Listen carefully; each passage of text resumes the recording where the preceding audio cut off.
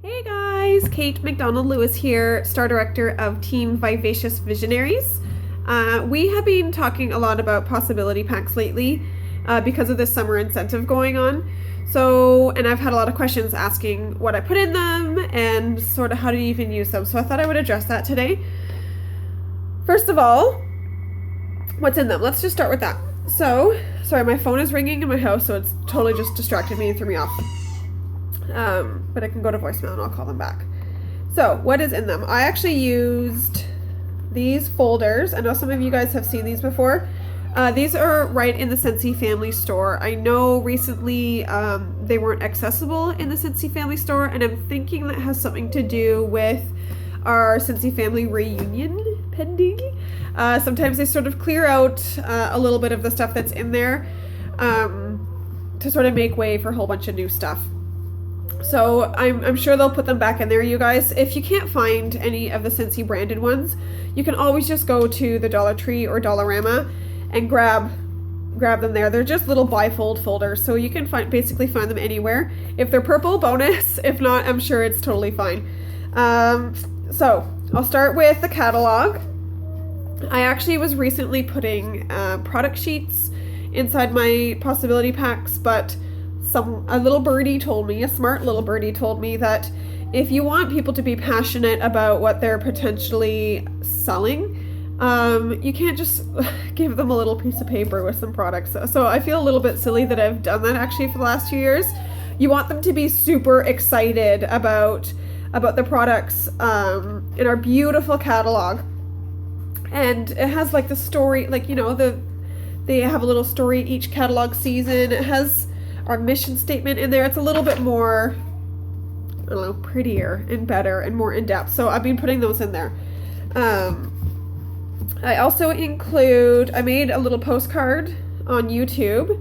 So I include this as well. It just has sort of some pictures of me on the incentive trips I've been on, and a picture of me and my family at Disney, which Scentsy paid for. So I thought that was pretty, like my commission's paid for, I should be clear on that. Has a Scentsy mission statement, just why they should choose Scentsy and choose me as their sponsor.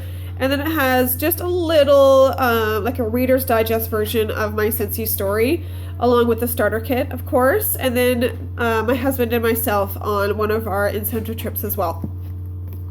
So if you guys haven't been on an incentive trip yet, you don't know what to sort of put on those postcards, put what's important to you. So you could put a whole bunch of pictures of you and your family if you wanted.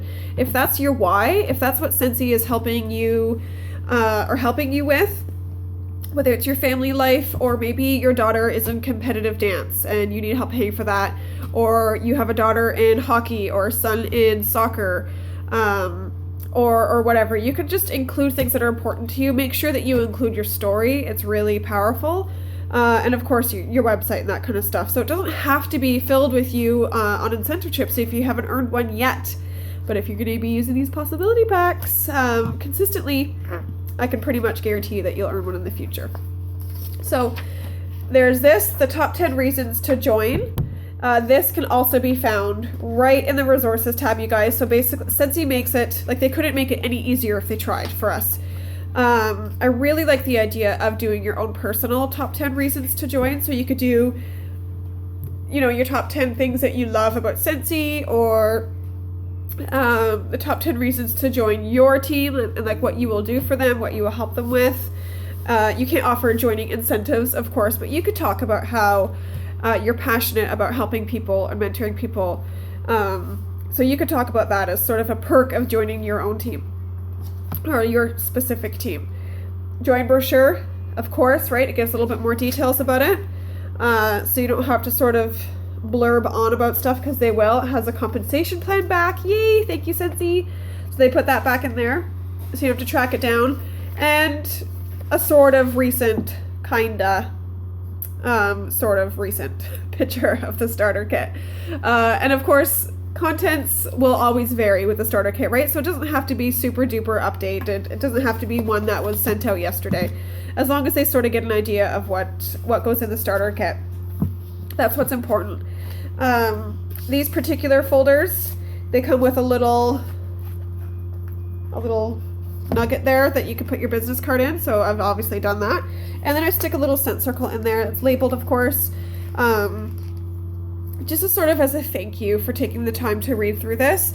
And if they don't ever join my team, well, it's sort of just a little reminder. And if they do, then bonus. But it's more just as a little thank you gift. And they also get some scents under their noses, right? So you want them to sort of smell what we have to offer.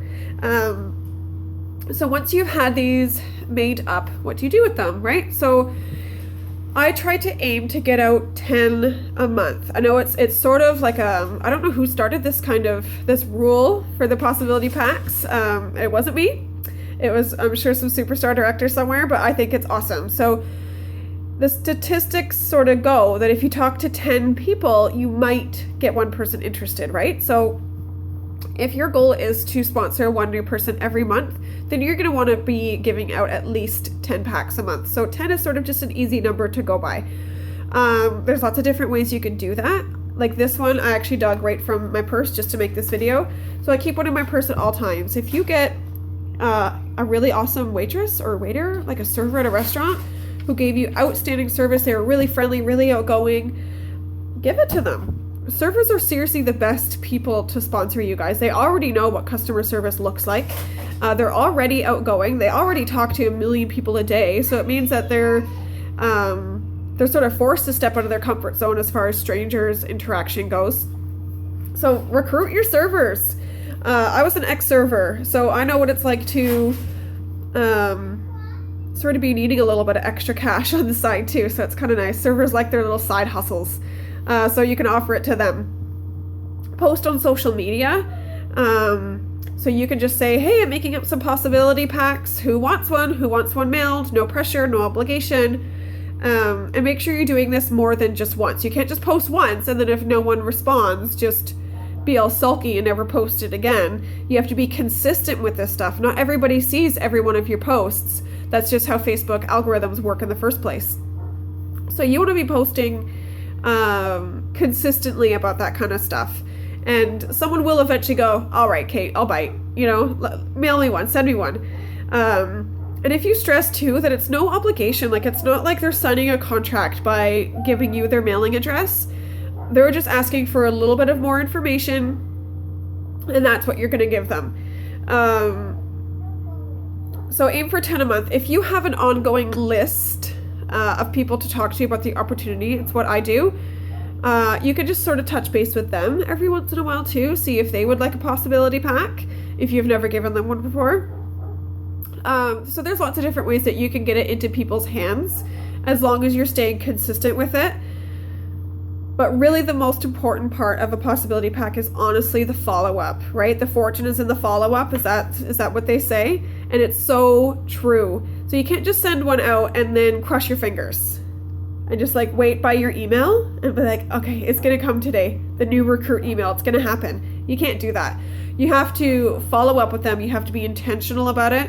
You have to show them that your word is bond when you said that you were going to be there for them and supportive of them. And it doesn't have to be like, hey, did you read it? Are you going to join my team right now? It's just, hey, what did you think about that stuff? Did you have any questions for me? Is there anything in there that we didn't address? And then whether or not they join your team, keep them on your ongoing list. Keep them on your, I'm going to follow up with this person in a month list. And that's sort of it. So those are my possibility packs. If you guys have any questions about it, feel free to let me know. Okay, have a great day. Bye.